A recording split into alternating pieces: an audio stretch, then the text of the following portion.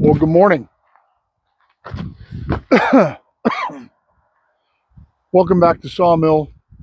My name's Bill. This is Pirate Solutions Forestry, and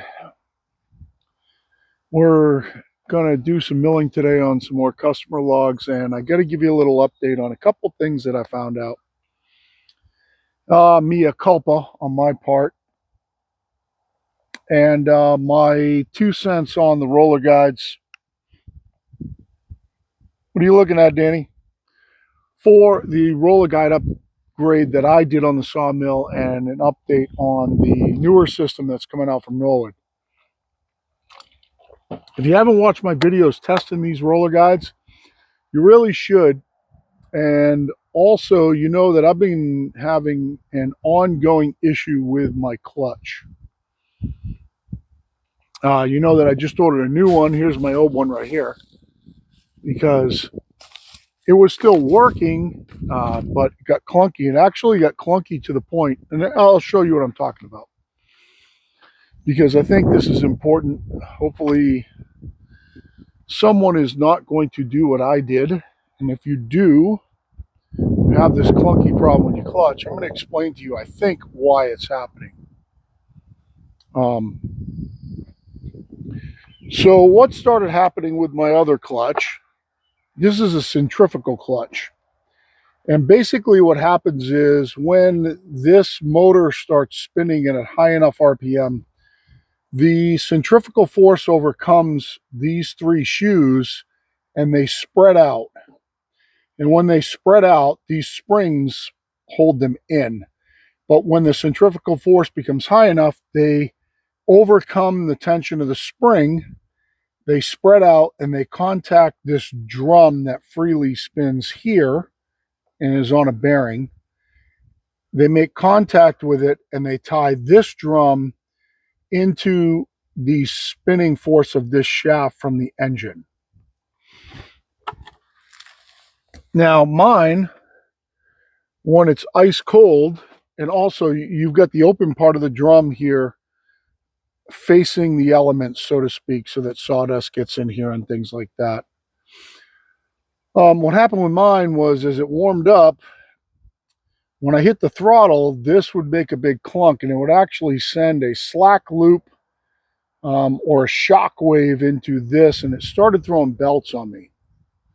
I knew that it would fail eventually, so I ordered a new clutch, but I believe in sitting around and doing all the mental work that I do on what I do, which is constant, I believe I understand why the other clutch started to clunk and why this one is also starting to clunk, because I did a similar thing with both of them.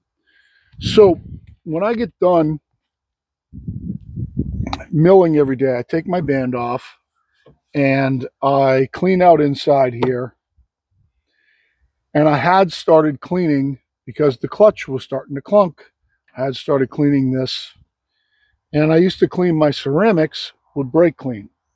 You guys know this because I've said it on the channel many times, that I'd clean the ceramics with brake clean, and I also would spray this out with brake clean, as well as blow it out, because I didn't think that just blowing it out was getting the pitchy pine dust out of there. And then it would all be clean for the next time that I threw a band on and went to work. Well, when you think about this clutch, I think I'll pull you in. Actually, let's go look at it on the bench. Let's go look at the clutch on the bench. Let me explain a few things to you. So the variable here,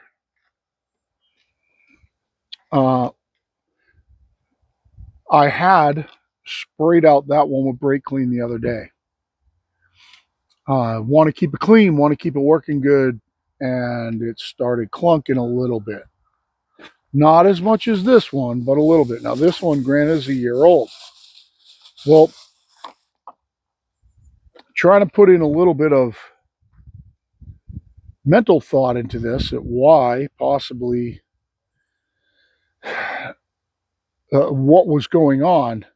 I understand that these 3 shoes have to be keyed into this shaft because they take so this shaft is spinning on the engine freely inside here until you hit enough RPMs for these shoes to overcome the centrifugal force and go out and contact through friction the outside surface of the drum.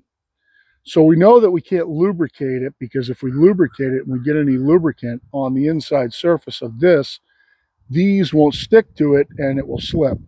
So we understand that. However, these three shoes have got to be keyed into this shaft significantly enough so that when they expand, that the input from this shaft and the torque from this shaft is carried through these shoes into this, and they don't just, they're keyed into the shaft hard, and then they friction seal onto this. And as I look inside, hopefully I can get a kind of a view in there. I don't know if I can't see through my sunglasses really well, but if you look inside, you can see that the shoes sit down into that shaft, and there's a hard stop on the side so that they sit down inside the shaft, and there's a hard shoulder on both sides so that when they expand, this shaft is trying to turn, they have something to hit against to drive this. Well, I believe that spraying my brake clean in here, and I know you can't see my face, but I think it's more important to see this. Spraying my brake clean in here to clean this out, I wore out any lubricant on the inside where these shoes are keyed into the shaft, and that was causing it to bind. And it seemed to get worse the more I did it, which leads me to one good thing. This clutch, I believe, is still perfectly fine. The bearing still turns freely. It is maybe a little bit crunchy, and probably so because I've been pouring brake clean to it and maybe wearing out the what little bit of lubricant that bearing does have sealed inside it, but it still turns perfectly fine. I wouldn't say that this bearing is great. There's no play in it, but I probably could replace that bearing with no problem. And I think that I'm going to take this apart and rebuild this clutch. However, I think this is perfectly fine because I think what you can do, Danny, where'd you go? Oh, it's over there. If you use a dry lubricant, dry silicone lubricant, I'm like, gotta get my eyes at the right level here. Like this, lock and hinge dry lube. This is the stuff that that you would use on a table saw, things like that, that you spray all the parts with so that sawdust won't stick to them. And I have a little bit left in this. However, can you still see that clutch? Yeah. If you spray this very carefully down inside here,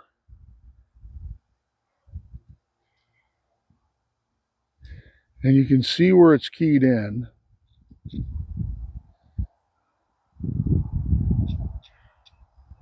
and actually on, I'll just show you rather than telling you what I did. What I did on the clutch on the mill was I actually stuck a screwdriver in between the shoe and the shaft here, like that. And then I was able to lubricate those also. So you can, what I'm doing now is with the screwdriver, I'm expanding the shoe. Make sure you see what I'm doing, yeah. So what I'm doing is I'm expanding the shoe so that it comes out in contact with the drum. So I get some clearance. So hard to do to show on camera. So I'm getting some clearance in here. and then spraying the dry lube in here. I can see sawdust in there and stuff too.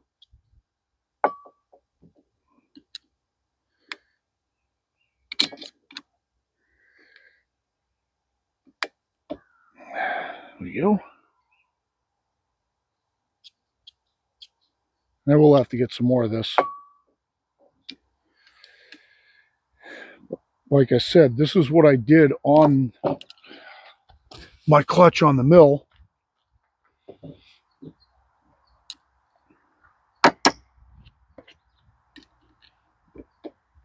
And I believe what you can do, oh Jesus, I'm going to leave it like this.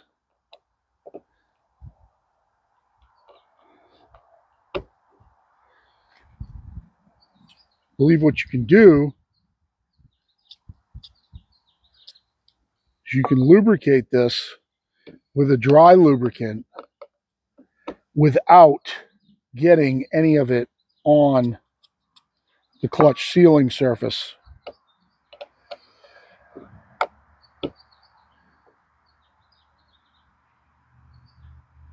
It's probably lubricated from the factory. However, when I sprayed brake clean in here, I probably wore all that lubricant out. Or, not wore it out.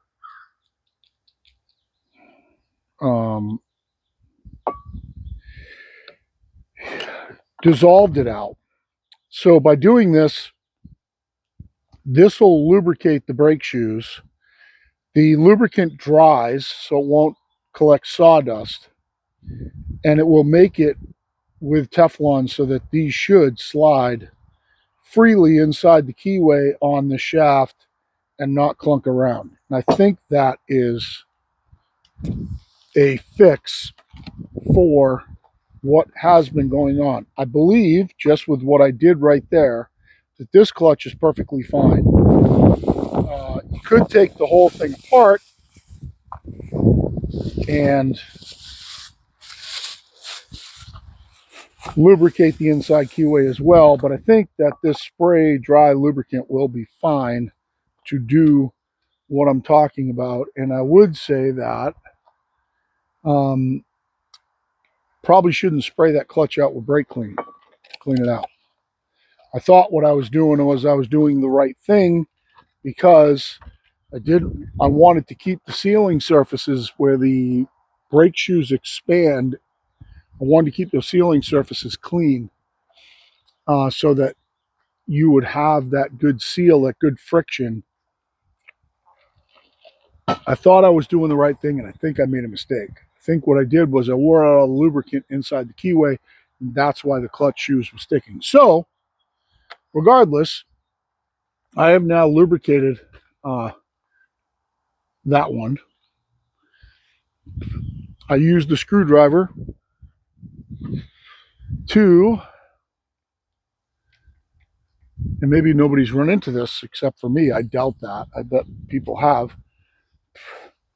I used the screwdriver right in place right here to stick it in here and expand the shoe out, and then carefully with the straw sprayed the dry lubricant in there and then left it. And also I see that in here there is that on the other clutch, I can see the keyway.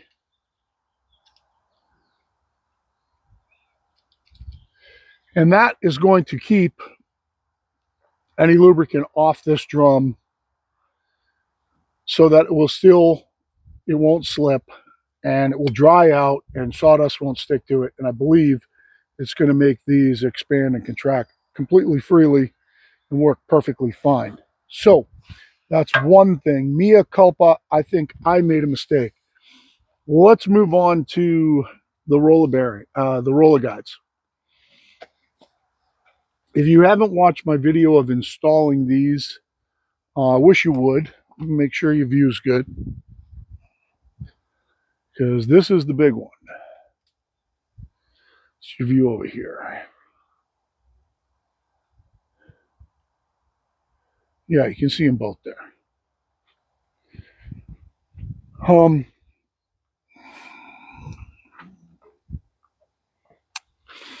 This kit to take your ceramics off and install roller guides from Norwood is a couple of $100.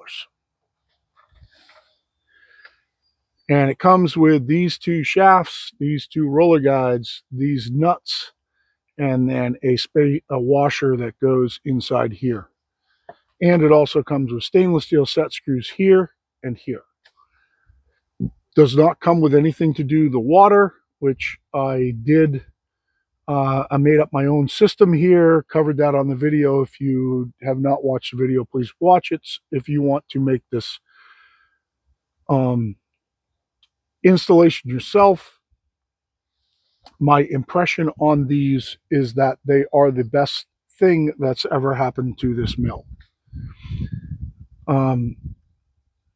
Without, again, if you haven't watched my video on installing them, it's 5 parts.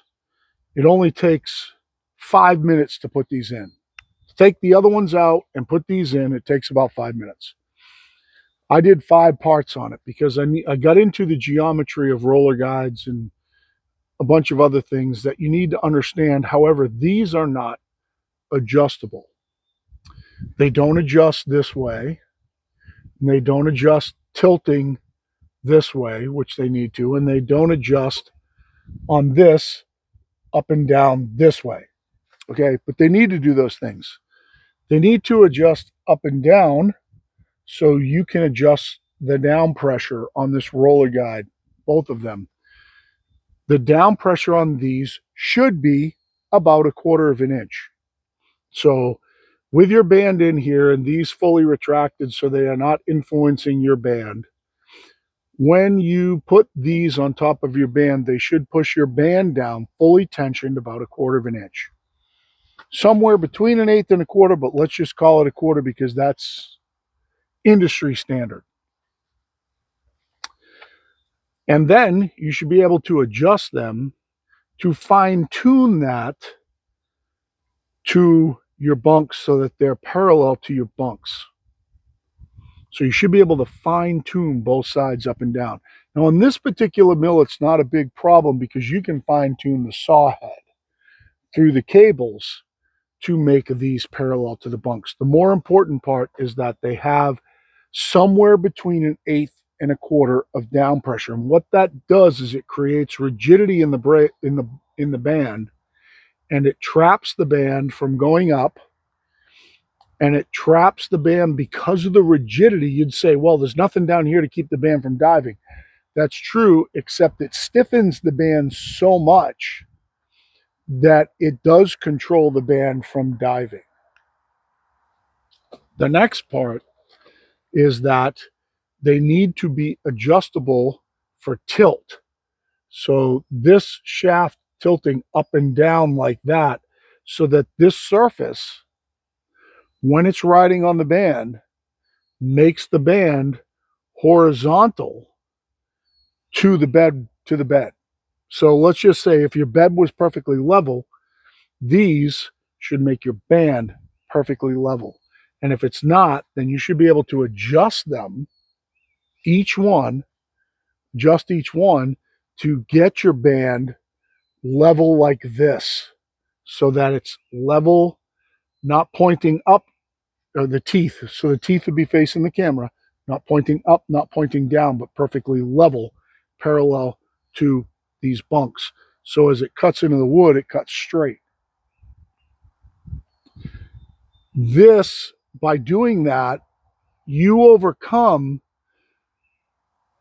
if you've watched any of Dave Boyd's videos and the Norwood videos, you need to level the band by Dave Boyd's method by your tracking. The further you track it back, the further it points down. The further you track the band forward, the further it points up. You need to get the tracking right in the right spot so the band is level or parallel, which is more important, parallel to the line of the bunks. These overcome that problem. In other words, with the ceramics, you're totally at the mercy of your tracking to angle your band. With these, you're not. You mechanically angle your band. However, in these, there's no adjustment. So in this one over here, I had to put a washer in the backside to get this to tilt up, to get this band level. This one was already level, so I didn't have to tilt it. But if you did have to tilt it, you would be at the mercy of having to shim the linear guide or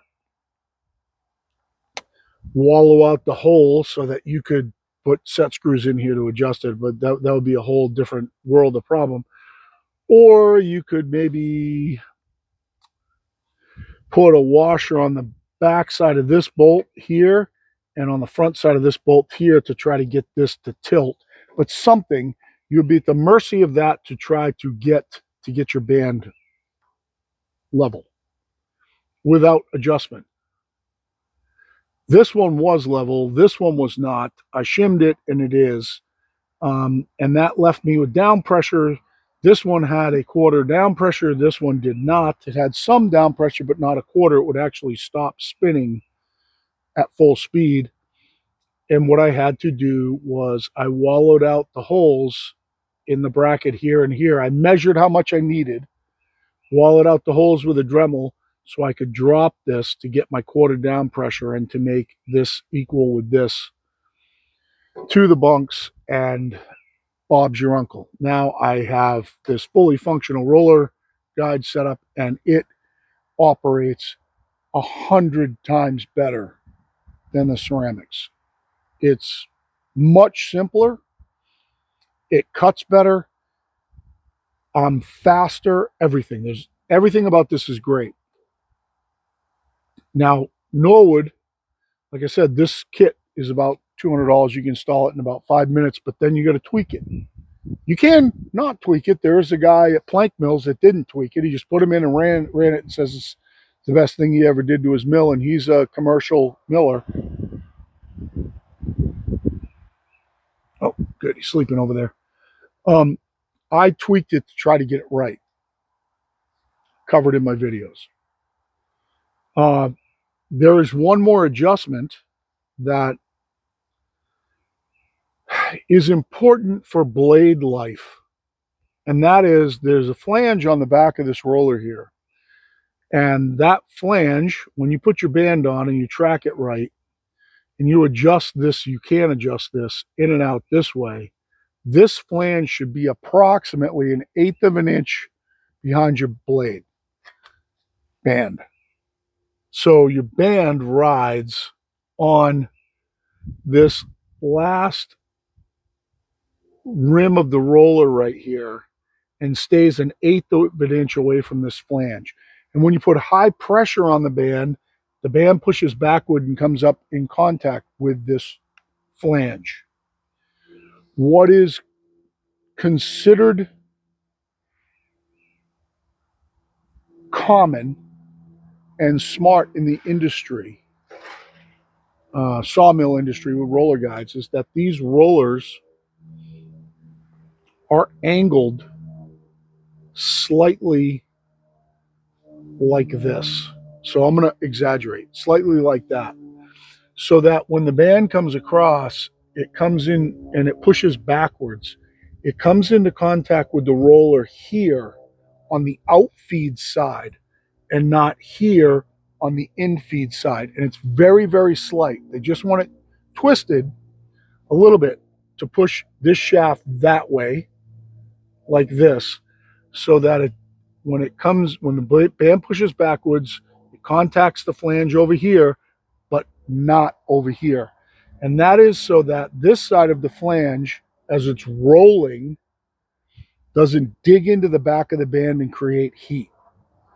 Both of these should be adjusted slightly, angled like that, so that that is the case. And again, on these, you can't do that. There is no adjustment. They just fit through this hole.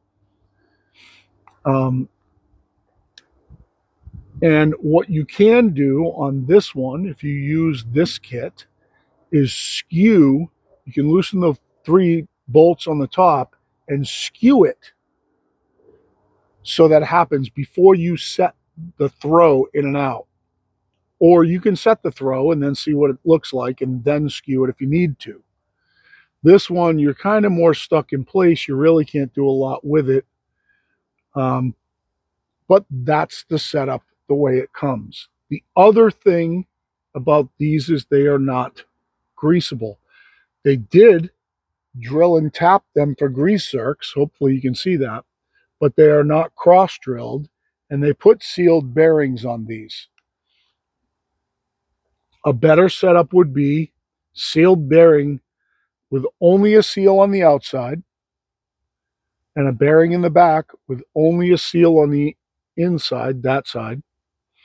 No seal in between, cross-drilled with a grease zerk so you can pump some grease into the bearings every now and then. Because these essentially will eventually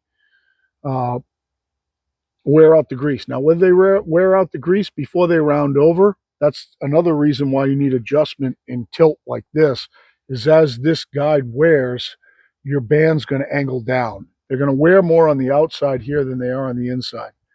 And as they wear, your band will start angling down, which is going to shoot your band down in the cut.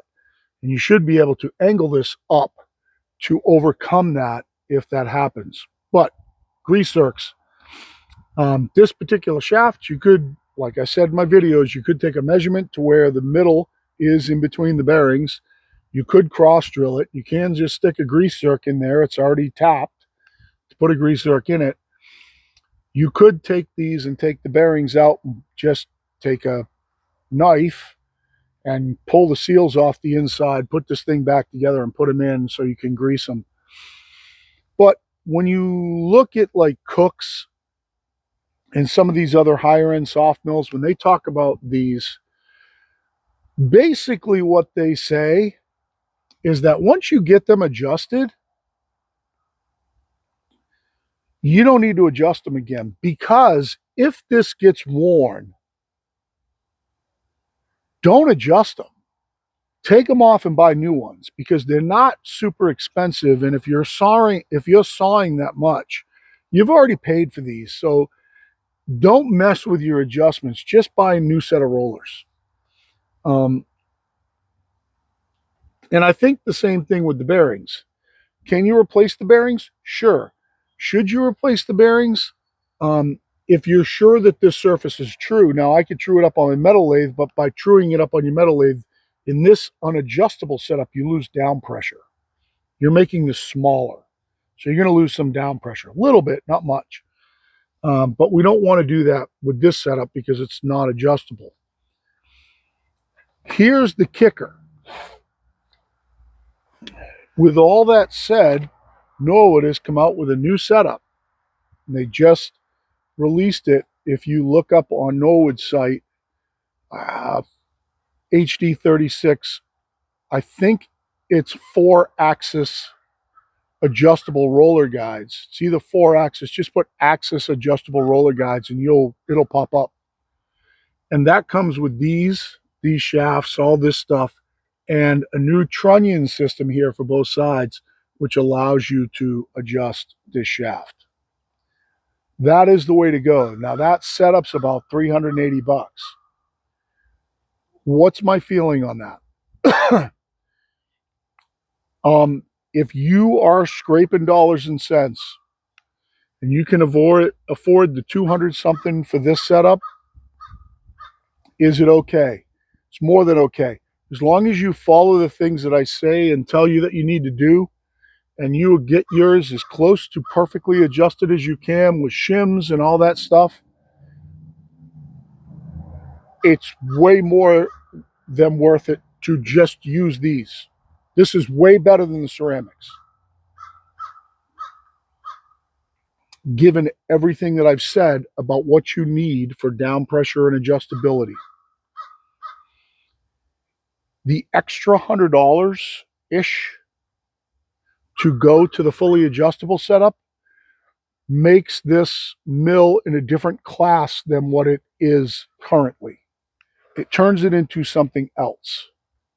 From what I've seen in the pictures and what I've talked to Norwood about, the system they've come up with is better than anything I've seen on any of the other sawmills. It's in a class by itself, really is. And for $100, absolute no-brainer. I've already got them coming. I will put them on. But if we say that the ceramics are here, and then these just stuck in the hole in 5 minutes and run are here, according to Plank Sawmills, and he's like a commercial guy, is run them both ways, and that's what he says. And then tweaking these to, with all the needed adjustments in mind to try to get them perfect, is here, that much better, from down here to up here. And then the fully adjustable ones for $100, for $100, and not having to tweak these and shim them and all that other shit, I would say is at least another, maybe even higher than that. That much of a full step up. And having these greasable is, it puts this mill in a different class altogether. Along with all the other advantages of this mill, the adjustability of the stops and the rigidity of the frame, and mine's only 18 horsepower, but if you went to the 23, if you had 23, fully hydraulic with roller guides, the whole 9 yards, you're in a class with LT40s, LT50s type of mill. Maybe with this single band setup being the weakest link. Maybe with your, well, if you went fully hydraulic, you have the up and down mechanism in, maybe with the cable system being the second weakest link. But it makes this mill into a different mill altogether. You step up huge going to these.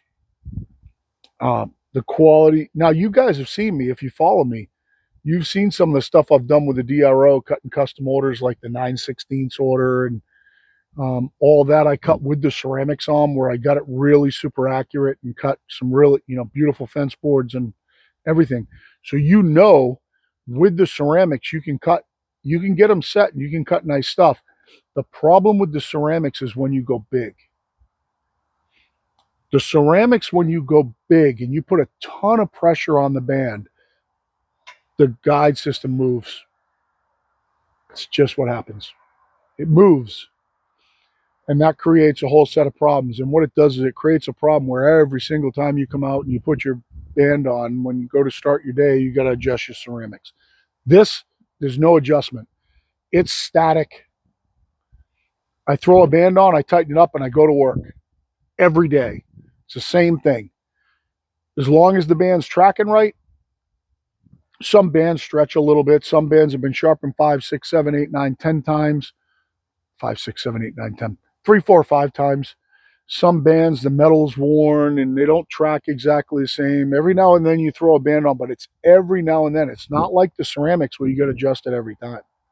And I mean, if you want it right, what I found was I was adjusting it every time, every day, sometimes multiple times a day. I was adjusting the ceramics off of the band because they had moved, because I was cutting big stuff, a lot of pressure on the band, and that pressure was moving the ceramics. So this stops that. Does it create other problems? Sure.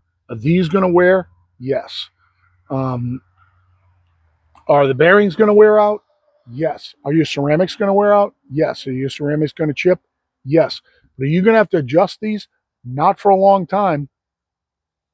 And the first time it does something stupid, then you can look at it, but that's going to be way down the road. I have just cut and tested these with some monster shit. Everything from monster maxed out pine that I had to trim to get the mill through it, to white oak, to cedar, and I cut it all and I put it on video so you can watch it. These flat out cut better. And it doesn't take much to figure it out, because as soon as you put these in and tension that band up and feel how rigid the band is in between these, you will see that is a huge improvement. My biggest concern is that it's going to wear out the plastic inserts on this adjustable guide, and that's going to have to be taken out, and you're going to have to put those new plastic inserts in when they wear out. Now, you're not adjusting this very often. It's not like, as you're cutting, you're moving it in and out, moving it in and out. So it's every now and then, but this is creating up pressure on that lineal guide bearing, and it's cantilevered at this level here. When you get the smaller throat, it's cantilevered out pretty far and it's pushing up on it. And I'm not sure if those linear bearings are going to be able to deal with that type of pressure long term. They probably won't, but they won't in any setup. No matter what you do, they're going to wear out. No matter what you do, if you don't have this and you have another setup, they're still going to wear out. From the time that you fire up any engine or any sawmill and you start these wheels turning, everything is destroying itself. The engine's destroying itself. This tension pulley is destroying itself. The clutch is destroying itself. The bearings inside these wheels are destroying themselves. The bands, the belts are destroying themselves. The sawmill band / blade is destroying itself. Everything is destroying itself from the time that you fire this up and it starts to spin. Nothing gets better. It's like taking a fish out of water. The fish doesn't get better. It deteriorates on a curve. This deteriorates on a curve. The more you cut, the faster that downside curve line is. It deteriorates faster the more you cut. The less you cut, the more gradual that slope is. But that slope will never go up. It only goes down. It only gets worse. It only destroys itself. Just the rate at which it destroys itself is on a curve. The bigger stuff you mill, the faster it goes down. Smaller stuff you mill, the more it stays stable but still goes down. Softer stuff goes down, but more stable down gradually. Harder stuff, big stuff, faster down. And it's that simple. As long as you understand that all these components are destroying themselves as soon as you put them on, then making an upgrade like this doesn't seem like a stretch. It seems like it makes sense, because you are getting a happier life by throwing a band on here, tensioning it, and going to work and not having to adjust them. There is zero downside to putting these on. Zero. Other than the saying, I don't want to spend $200. There's zero downside to putting them on. And like I said, eventually your ceramic's going to fail and blah, blah, blah, blah, blah. And you're going to have to adjust them every time and this, that, and the other thing. So what we're doing is we're learning as we go. I will, when I get my new guide set up, if they come with new rollers, I don't know if they will or not, but if they do come with new rollers, I will take these, I will pull the bearings out of them, and I will take these shafts and I will cross drill them, and I will make these greasable and put them on if the ones they send me aren't. And if the ones are that they send me, I'll put those on, and then I will do these, cross drill them and make them greasable and keep them as a spare set to just be able to slide in whenever the bearings wear out on the other ones, or these get cupped over or whatever. But I will make these as a cross-drilled, greasable setup when I get my other ones. For now, how long would they last? Again, it's that curve. Depends on how much you cut. If you cut all day, every day, these bearings going to wear out pretty quick. So is this clutch. Norwood told me there are some customers with this mill that replace this clutch every couple of months.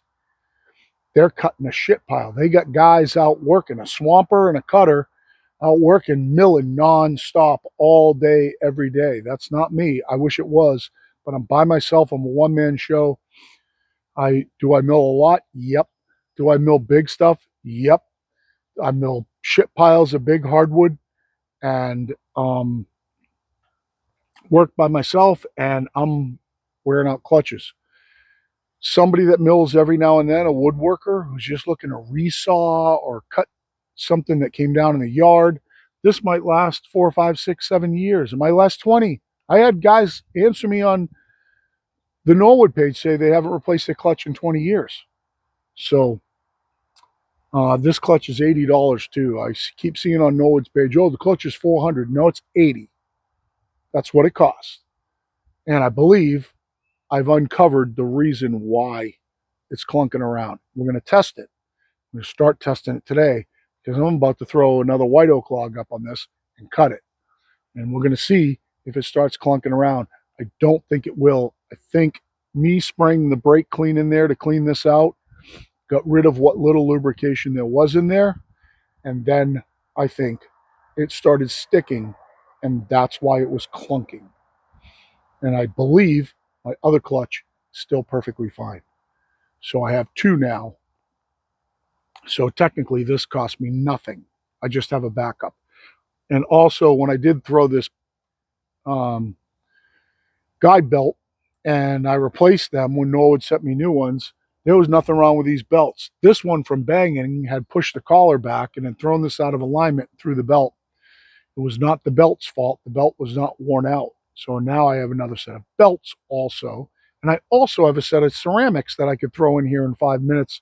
If these failed, they don't put me down because I could put my ceramics back in and go back to work. So that's where we're at. That's the update on these, the full detailed update on these roller guides. And like I said, I believe they're a complete 100% home run. And if you don't have them, you should. Now, you could make these parts on a lathe. I can make these parts on a lathe. I can make this roller. I can make the shaft. I could thread the end. I could make this all myself. Stuff some bearings in it and make this myself. And if you have a machine shop and you're capable, you could do the same thing. You don't need to buy these. You could make this setup with no problem. So if you don't want to spend the $200, you want to machine them yourself and you don't care about what your time's worth, you go ahead and machine these yourself. It's a piece of cake.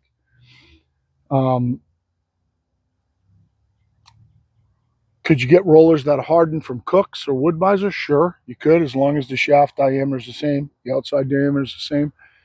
If you don't get enough down pressure, could you go with one that's a little bigger than this? You could. To solve your down pressure problem, instead of slotting the holes and moving this up and down, you could actually look for a roll that was a little bigger diameter, get a little more down pressure. That would work too. But the key is the roller guide setup is better than the ceramics. In my view, Norwood says it's not. They say the ceramics are better. All right. I can tell you from what I've milled, I don't believe that's true. I believe this is a better setup. I think the ceramics are more simple for the average everyday schmo. I think that are they going to last forever? No. So I don't know exactly. Having the band with no down pressure on it is not as stable a system as this. The only time that I could see the ceramics being better is if you're going to sit there and you're going to run dull blades all the time. If you're going to run a dull band all the time and you're going to get into real wavy shit, the ceramics will probably control that band a little better. Maybe control that band a little better from taking that big dive, taking that big rise. I don't know that I believe that's true, but maybe that's what their rationale is saying. That people just aren't going to sharpen their bands, they're going to run dull bands, and that the ceramics are safer in trying to control that band when they're running a dull band. So that's pretty much it for now, till I get a log up on here and I start milling. We just got our taxes done last night, so today's a little bit of a wildcat day for me. I'm a little ahead of the game right now. Me and Danny, you can see Danny under there chilling out. Danny and I are just got back from lunch, and we're just kind of chilling out. And I'm going to throw a band on it, try and get a log up here, do a little bit of sawing. I'm not going to try to go crazy today. I've got a bunch of yard and grave work to do here. I got to get all my sawdust and debris out of here. I just got done with my log pile. It's next to my splitter there. I got to clean that area up and get my outside area ready for summer and get the splitter moved over here by the slab wood pile for the campwood bin. I got to get this log pile moved out of there so that I can put the backyard back to summertime hangoutville. Get this all graded out. I got some topsoil sitting up there that I'm going to come spread, clean out all the chips and shit from the splitter and put some topsoil in there so it'll grow grass, and it will grow quickly here in the springtime when it starts to come up. I'll let all my grass go to seed head, let it start blowing around, and it will germinate this whole area, and that whole area will turn green. And I am not going to put logs down here anymore. So when that pile gets moved, there's no more logs that are going to be piled up over here. This mill eventually is going to turn. This mill is eventually going to sit this way. So if you see where the bobcat is, get a backup view here without tripping. You see where the mill is sitting now is a temporary location, and the mill is eventually going to end up this way. And I will have a log pile that most everything is up top up there, and in my clearing in the back, if you can see it. If you see this white oak right here, to the right of the white oak, I've cleared a big, huge area, and all my logs are stacked and organized back there by size and by species, and all my logs are going to end up there from now on. And that pile next to my truck is going to go bye-bye, and this area down here is going to be more of an open area for work and for storing lumber, things like that, until my saw shop goes in right here. So I get a timber frame going in right here. So that's what's up. I know that's long. Hopefully you don't say, man, that was really long or boring.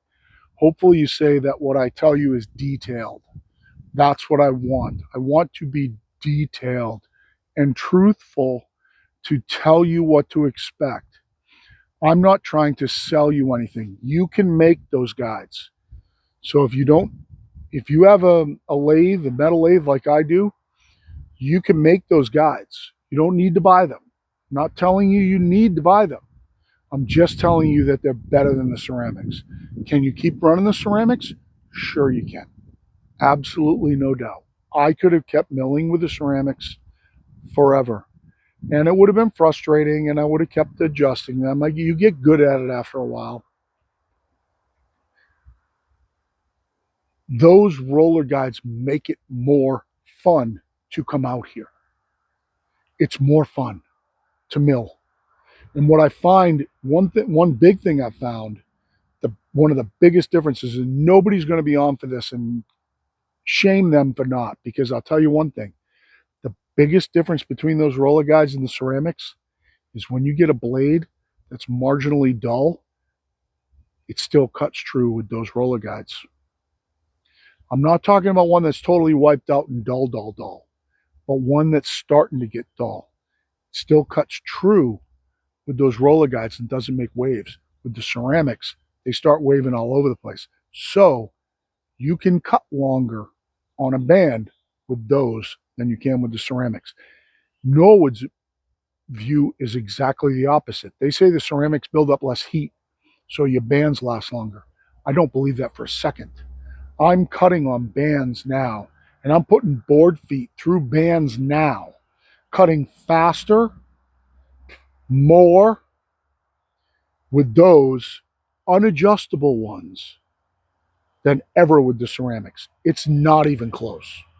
Not even close. I'm seeing my band life, my usable band life, not my band life total, my usable band life has skyrocketed since putting those on. Absolutely 100%. So if you hung on, hope I helped. And for now, till I get a log up and start cutting, Pirate Solutions out.